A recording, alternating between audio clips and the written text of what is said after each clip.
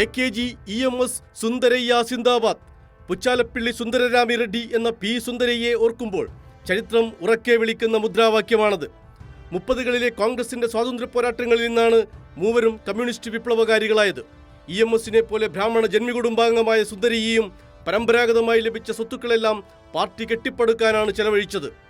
റെഡ്ഡി എന്ന പേര് വെട്ടിമാറ്റി കീഴാളരെയും ദരിദ്രരെയും സൂചിപ്പിക്കുന്ന IAI സുന്ദരയ്യ സ്വയം പ്രഖ്യാപിച്ചു. നൈസാമിനെതിരെ തെലങ്കാന സായുധ സമരം നയിച്ച സുന്ദരയ്യ 40കളിൽ കയ്യൂർ സഖാക്കൾ തൂക്കിലേറും മുമ്പ് പാർട്ടി ജനറൽ സെക്രട്ടറി PC ജോഷിക്കൊപ്പം കയ്യൂരിൽ വന്നത് ഇന്നും മായാത്തൊരു ഓർമ്മചിത്രമാണ്. തെലങ്കാന മാർഗത്തിൽ രാജ്യമെങ്ങും സായുധ വിപ്ലവത്തിന് ആഹ്വാനം ചെയ്ത 48ലെ BT രണദിവെ തീസിസിനെ തുടർന്ന് സുന്ദരയ്യയും ഒളിവിൽ പോയി. തെലങ്കാന സമരം പിൻവലിച്ചതിനു ശേഷം മോസ്കോയിൽ പോയി സ്റ്റാലിനുമായി കൂടിക്കാഴ്ച നടത്തിയ സംഘത്തെ നയിച്ച സുന്ദരയ്യയാണ് ജനകീയ ജനാധിപത്യ വിപ്ലവം എന്ന പുതിയ കാഴ്ചപ്പാടിന് നേതൃത്വം നൽകിയത്. 52ലെ ആദ്യ ലോക്സഭയിൽ ഏറ്റവും വലിയ പ്രതിപക്ഷ കക്ഷിയുടെ നേതാവെന്ന നിലയിൽ AKG പ്രതിപക്ഷ നേതാവായപ്പോൾ രാജ്യസഭയിലെ പ്രതിപക്ഷ നേതൃസ്ഥാനം സുന്ദരയ്യയ്ക്കായിരുന്നു.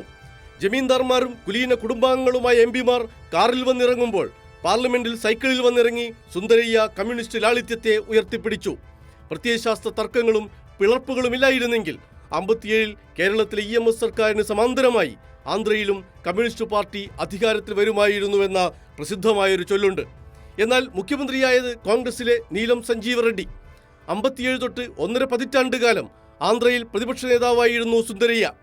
64ൽ CPIയുടെ ജനറൽ കൗൺസിലിൽ നിന്ന് ഇറങ്ങി വന്ന 32 പേർ ചേർന്ന് CPIM രൂപീകരിച്ചപ്പോൾ സുന്ദരയ്യ പാർട്ടിയുടെ ജനറൽ സെക്രട്ടറിയായി.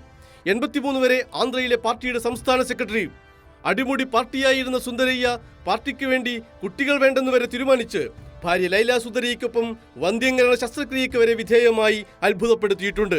അടിയന്തരാവസ്ഥക്കാലത്ത് ജനസംഘവുമായി സഹകരിക്കുന്നതുമായി ബന്ധപ്പെട്ട ഉൾപാർട്ടി സമരത്തെ തുടർന്ന് ജനറൽ സെക്രട്ടറി സ്ഥാനത്തു നിന്നും മാറിയ സുന്ദരയ്യ ഇന്ത്യയിലെ രാഷ്ട്രീയ ഹിന്ദുത്വത്തിന്റെ വളർച്ചയെ മുൻകൂട്ടി കണ്ട കമ്മ്യൂണിസ്റ്റ് നേതാവായും ഇന്നറിയപ്പെടുന്നു.